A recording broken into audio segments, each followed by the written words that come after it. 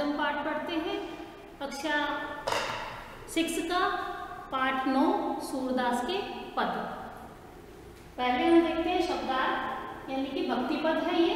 शब्दार्थ देखते हैं। राई यानी राजा, लंगे यानी लांग जाना, रंग निर्धन, पाई चरण, भुई यानी धरती, पंगु यानी लंगड़ा, मुख यानी गूंगा, तेही यानी तिनके, कबो यानी कब, हलगर यानी बलदा। अब देखिए पेज संख्या 54 पर प्रस्तुत पाठ के अंतर्गत ईश्वर श्री कृष्ण भक्त कवि सूरदास ने अपने पदों के माध्यम से प्रभु की महिमा का गुणगान करते हुए ईश्वर के प्रति अपना असीम प्रेम प्रकट किया है। इसके अतिरिक्त उन्होंने श्री कृष्ण की बाल लीलाओं का भी अत्यंत रोचक और मनोहर वर्णन किया है। देखिए पहली पंक्ति।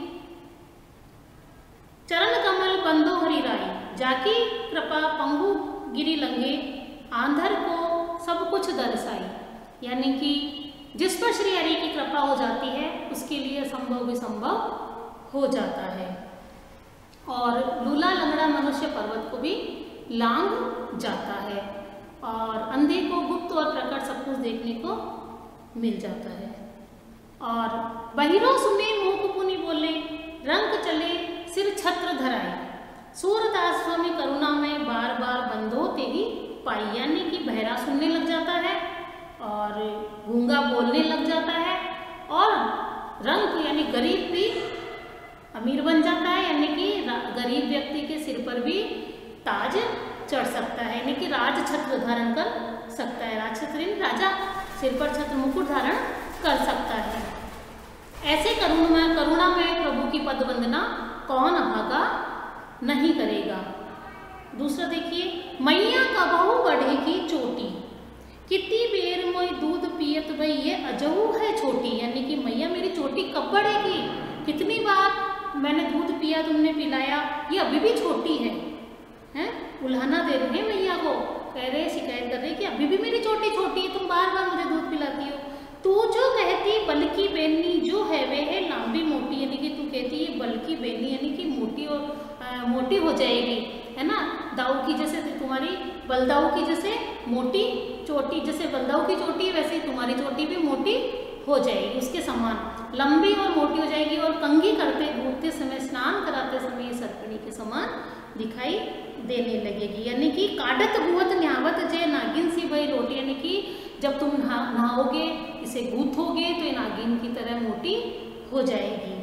काचो दूध पियावती पचे पचे देती न माखन रोटी, सूरदास त्रिभुवन मनमोहन हरि हलदर जलधर की जोटी। यानी कि तू मुझे बार बार परिश्रम करके और कच्चा दूध पिलाती है, मक्खन रोटी नहीं देती है, हैं सूरदास। तो ये कहकर मोहन मचल रहे हो, कह रहे हैं कि सूरदास जी कहते हैं कि बलराम घनश्याम की जोड़ी अनुपम है, ये दोनों भाई चिरंजीवी हो। यानी कि हलदर जल की चोटी, यानी सूरदास त्रिभुवन मनमोहन, सूरदास जी यानी सूरदास जी कह रहे हैं कि मोहन मचल रहे हैं, और सूरदास जी कहते हैं कि बलराम और घनश्याम की जोड़ी यानी कि श्री कृष्ण की जोड़ी अनुपम है, ये दोनों भाई चिरंजीवी हो। तीसरा देखिए। मेरो मन अनंत कहाँ सुख पावे, जैसे उड़ी जहाज को पंछी पुनी जहाज पे आवे। यानी कि जहाज पे आवे, कमल नयन को छाड़ी महात्म और देव को ध्यावे। यानी कि यह भक्त की भगवान के प्रति अनन्यता की ऊंची अवस्था दिखाई गई है।